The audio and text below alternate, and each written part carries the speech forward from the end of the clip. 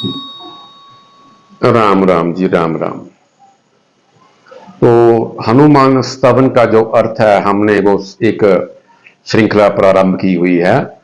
तो आज हम इस श्लोक का करते हैं। उल्लंघ्यो उल्लंघ्य सिंधु सलिलम सलिलम यह शोक बरह्यम जनकात्म जाय अदाया तनेव ददाह लंका नमामि तम प्रांजलि अरांजन्यम। तो उससे पहले हम हनुमान स्तवन पूरा पढ़ लेते हैं। जहां तक प्रणव पवन कुमार खल बल पावक ज्ञान धन जासु हृदय अगार बस ही राम सर चापधर अतुलित बल धामम हेम शैलाब्देहम धनुज बन कृष्णम ज्ञानी नाम ग्रगण्यम सकल गुण निधानम वानरानाम धीशम रघुपति प्रिय भक्तम बात जातम नमामि घोषपति कृतवारिशम मश्की कृत राक्षसम रामायण महामाला रत्नम वंदे नीलात्मजम अंजननंदनम वीरम जानकी शोकनाशनम कपीश मक्ष अंतारम वंदे लंका भयंकरम।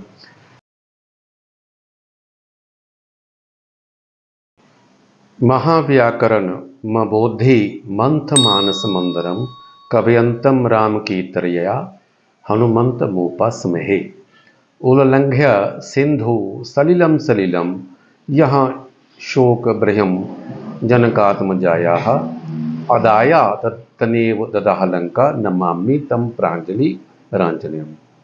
अब क्या है इसका अर्थ जो मैं समझ पा रहा हूँ, जो आपसे मैं इसमें संजा कर रहा हूँ। उल्लंघ्यो सिंधु, उल्लंघो मतलब हनुमान जी उल्लंघ्य, उल्लंघा मतलब उल्लंघना, लांघना। सिंधु मतलब समुंदर, वो समुंदर को लांघ कर गए थे, ना कि उड़ कर गए थे, ना ही तैर कर गए थे। कैसे? उल्लंघ्यो सिंधु सलिलम सलिलम, सलिलम सलिलम और बहुत ही सरलता से, सरलता मतलब सलिलम सलिलम, बहुत ही सरलता से, जिनका कोई कष्ट ना हो। कैसे? उल्लंघ्य सिंधु, इसको हम कैसे पुष्टि करें कि वो लांघ कर ही गए थे? कैसे? अब उनके पास जल, उनके पास निधियां थी। निधि में एक आती है जल निधि। तो जल निधि में, तो जल निधि में तुलसीदास जी सुंदरकांड में लिखते हैं, जल निधि, पांचवा जो श्लोक है पहलेगा, जल निधि रघुपति दूत विचारी तय में नाक हो ही श्रम हारी। जल निधि चलने की उन्होंने जब विचार करके विचार किया, तो वो जल निधि उन्होंने विचारी।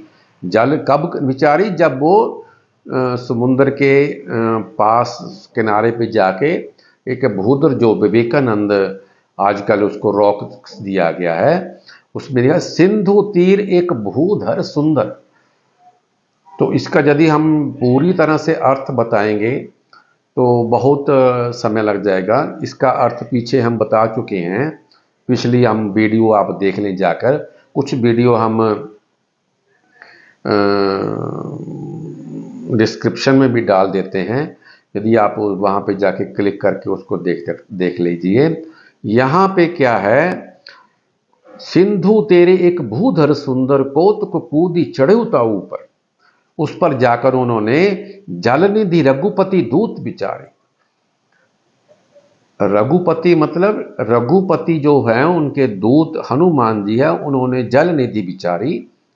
तय में नाक हो ही श्रमहारी, जितना भी मैं जाऊंगा चलूंगा, हो ही मतलब हो ही श्रमहारी, मैं हारूंगा नहीं। जितना मर्जी श्रम कर लूंगा, जाऊंगा तो वहां पे जाके मैं उसको जाऊंगा। तो उसमें वो लिखते हैं, उल्लंघ्यो सिंधु सलिलम सलिलम, उल्लंघ्य मतलब लांघ कर गए, सलिलम सलिलम यह शोक बृहम जनकात्म जाया।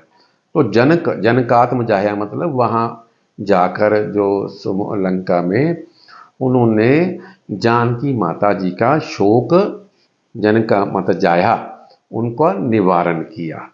हनुमान जी ने जाके वहाँ पे उल्लंघ्य सिंधु सलिलम सलिलम यहाँ शोक बरिहम जनकात्म जाया। तो वहाँ जाके उन्होंने, इतने बलवान थे, महावीर थे।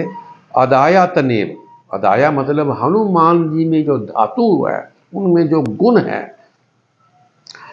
वो मैं तनेव, मैं उसका ग्रहण करता हूँ। अदाया तदेव लंक ददाहा, लंका, उन्होंने लंका को जो जलाया, ददाहा लंका, नमामि तम प्रांजलि रांजनेयम, वो उनको मैं नमस्कार करता हूँ, उनकी मैं सिर अपना शीश निभाता हूँ।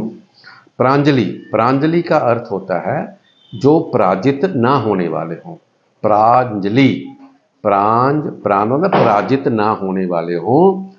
और राज, उनका जो प्रांजलि ना हो, मैं सभी को हराऊं, सभी को मैं पराजित ना हूं। और मैं राज नियम मतलब उनके जो गुण हैं मैं ग्रहण करके, राज जो जो होते हैं, एक राजा की तरह नियम का पालन करता हुआ मैं, वो गुण मेरे में आए। मेरे ख्याल में आप समझ गए होंगे इसका अर्थ क्या है। उल्लंघ्यो सिंधु सलिलम सलिलम यहाँ शोक बृहम जनकात्म जाया।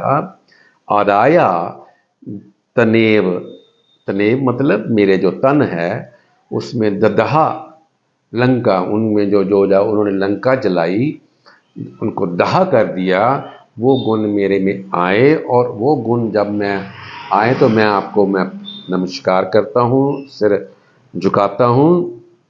और उनके जो गुण हैं उनसे मैं पराजित ना हूँ।